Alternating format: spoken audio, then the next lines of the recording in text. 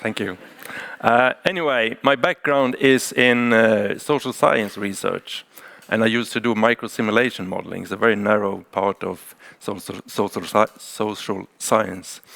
And what we do then, we take the small part of a system and make a model of it, and you let it work together, and you look at the large-scale result.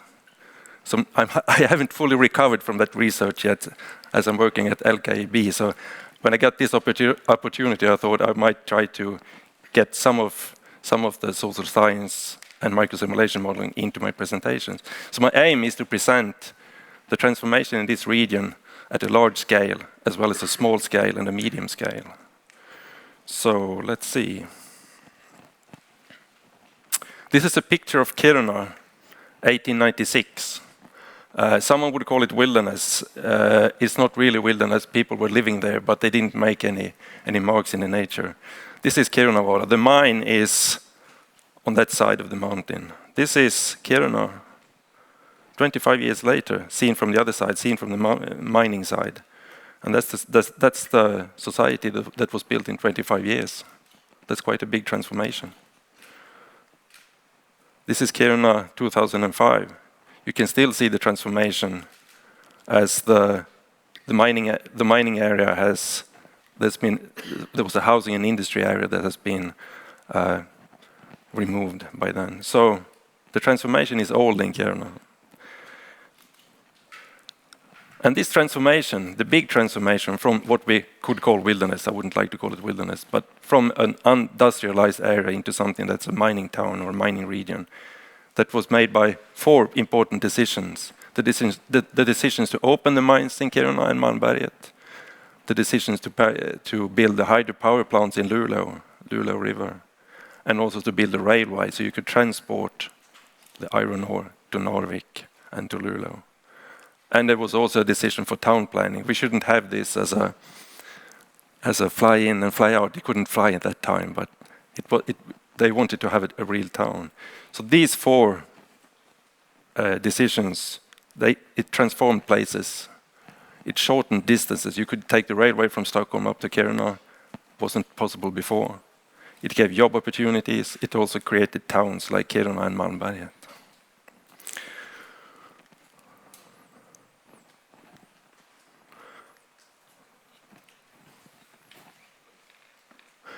This is a picture from Kiruna. So in the beginning, the mining companies played a very important role. The mining companies provided planning, culture, education for the towns.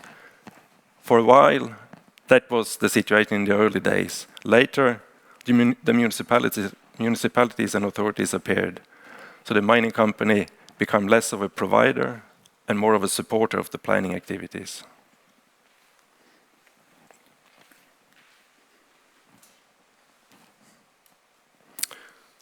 I mean, if you look even a bit further on, the airports came to Kiruna and Gällivare. It shortened the distances even more.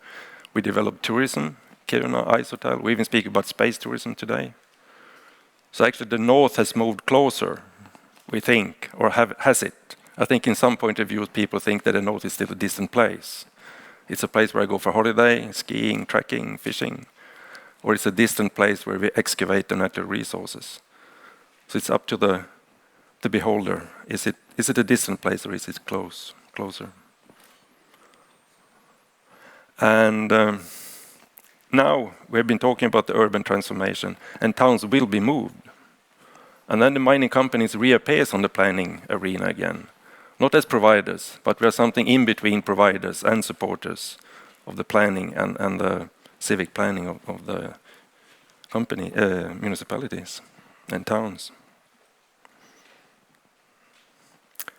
For you who haven't seen the situation, it looked like that. Malmberget on the left, Kiruna on the right, and you can see the mining, the iron ore bodies are very close to the urban areas. You can speak about 2 hours for each picture. I won't do that. I have only 5 minutes left.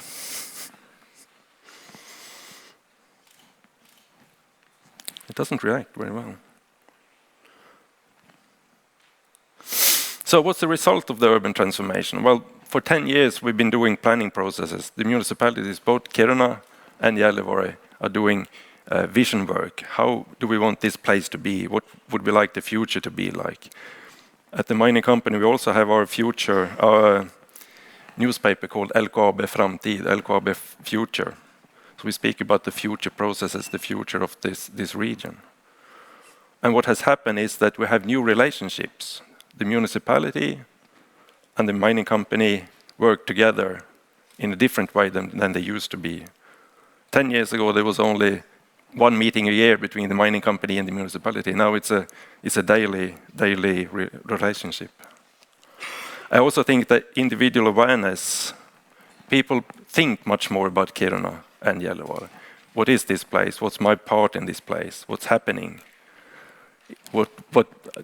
How do I want this place to be in the future? I don't think people think that much in other cities on that. They have other things to think about.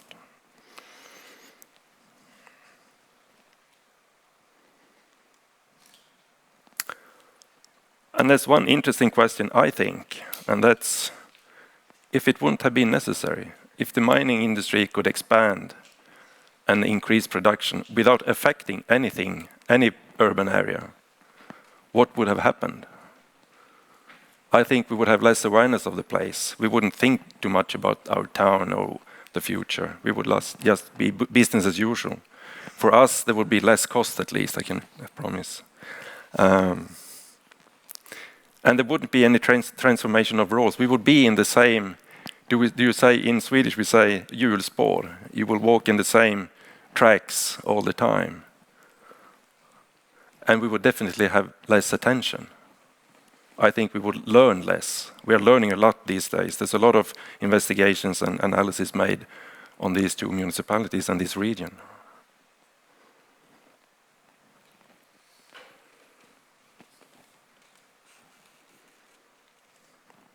And what about the future? I think, as someone before me said, that the North will transform. It will be another way of looking upon the area, looking upon who I am and my relationship to the place.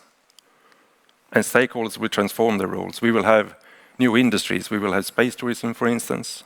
We will have more mines in the near future. So there's a new identity, both for the people, for us as individuals, and there's also a new identity for the place. Will this be a mining region, or will it be a space tourism region, or will it be a mixture of both? And a balance between them. I can't tell you what the future will be like, but I think there will be a change. I can guarantee that. Thank you.